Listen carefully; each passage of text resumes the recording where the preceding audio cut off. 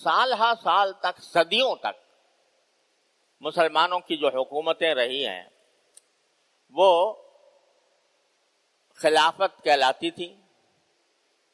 خلافت راشدہ سب سے اعلیٰ، اس کے بعد پھر خلافت بنو امیہ، خلافت بنو عباس، خلافت اندلس، اور پھر بالآخر خلافت عثمانیہ جس کا مرکز ترکی تھا، وہاں پر ایک خلیفہ ہوا کرتا تھا. یہ ساری خلافتیں جتنی بھی تھیں اس میں بے شمار قومیتیں تھیں.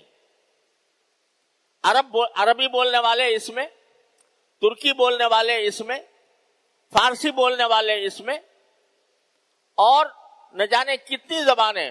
یہ خلافت عثمانیہ جو تھی یہ اس میں یوں سمجھو کہ تقریباً آدھی دنیا پر اس کی حکومت تھی. سارے ممالک اس کے ذریعے لگی تھے. ہندوستان جو ہمارا آج پاکستان ہے، ہندوستان، بر صغیر، افغانستان، ترکستان، یہ سب خلافت عثمانیہ کے ماتحت تھے. اور اس وحدت کا نتیجہ یہ تھا کہ تمام مسلمانوں کا ساری دنیا پر ایک رعب تھا، ایک دھاک تھی، اور اس کے نتیجے میں کوئی مسلمانوں پر بری نگاہ ڈالنے کی جرات نہیں کر سکتا تھا. یورپ کے بڑے بڑے ممالک وہ سب خلافت عثمانیہ کے جو حکمران تھے، خلفاء، ان کی منتیں کیا کرتے تھے، ان کو خوش رکھنے کے لیے ان کے پاس تحفے بھیجا کرتے تھے. یہ اتنی بڑی سلطنت اس وقت قائم تھی. اور میں اس یہ نہیں کہتا کہ تمام حکام ٹھیک شریعت پر عمل کرتے تھے، اس میں بہت سے حکام نے خلافت کے ادارے کو غلط بھی استعمال کیا اور اس میں بہت سی بدعمالیاں بھی ہوئیں، لیکن بحیثیت مجموعی ساری مسلمان دنیا اکٹھی تھی. انما المؤمنون اخوۃ کا ایک مظاہرہ تھی. لیکن چونکہ مغربی طاقتیں اور استعماری طاقتیں یہ سمجھتی تھیں کہ جب تک یہ مسلمان کلمے کی بنیاد پر متحد ہے، ایمان کی بنیاد پر متحد ہے، تو ہم دنیا کے اندر ان پر غلبہ نہیں پا سکتے. لہذا انہوں نے اس اتحاد کو توڑنے کے لیے جان توڑ کوششیں کی اور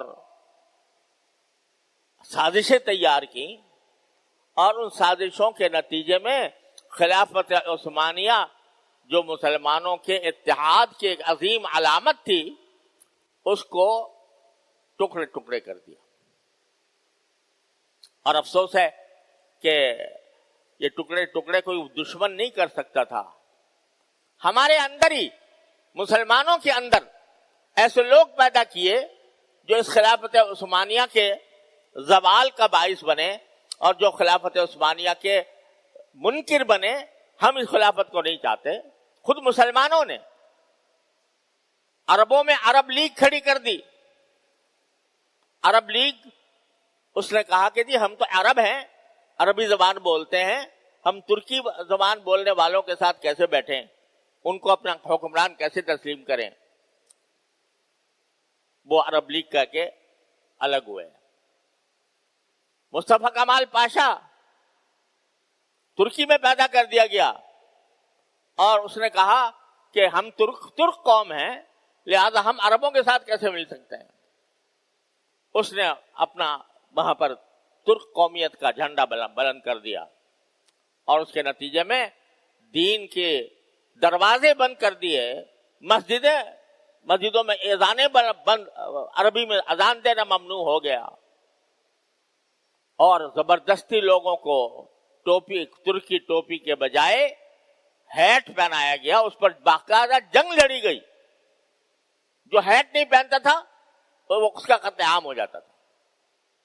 باقاعدہ جنگ ہوئی اس پر. ہیٹ مار کہلاتی ہے، ہیٹ کی جنگ.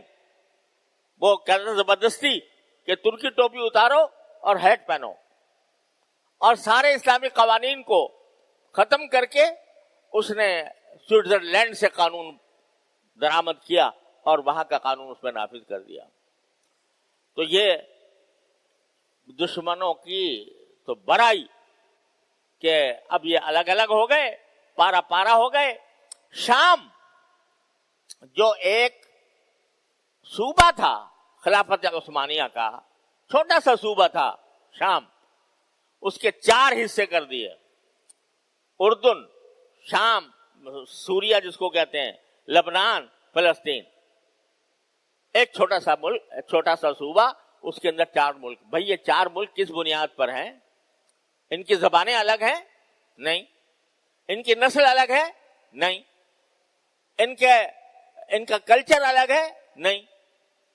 سب ایک جیسے ہیں. لیکن یہ اردن ہے، یہ سیریا ہے، یہ لبنان ہے، یہ فلسطین ہے. اس بنیاد پر، یعنی قومیت کی بنیاد پر بھی نہیں، بلکہ ذاتی مفادات کی بنیاد پر حصے بکھرے کر دیے. ایک بھائی کو اردن میں بٹھا دیا، ایک بھائی کو عراق میں بٹھا دیا. غرض یہ اس وقت سے ہم، جب سے خلافت عثمانیہ کا سقوط ہوا، زوال ہوا، اس وقت سے مسلمان پارا پارا ہو گئے. اقبال مرحوم نے ہلال عید کے چاند کو خطاب کرتے ہوئے ایک نظم کہی ہے. تو اس کا ایک شعر ہے کہ چاک کر دی ترک نادان خلافت کی قبا، چاک کر دی ترک نادان خلافت کی قبا، سادگی اپنوں کی دیکھ اوروں کی عیاری بھی دیکھ.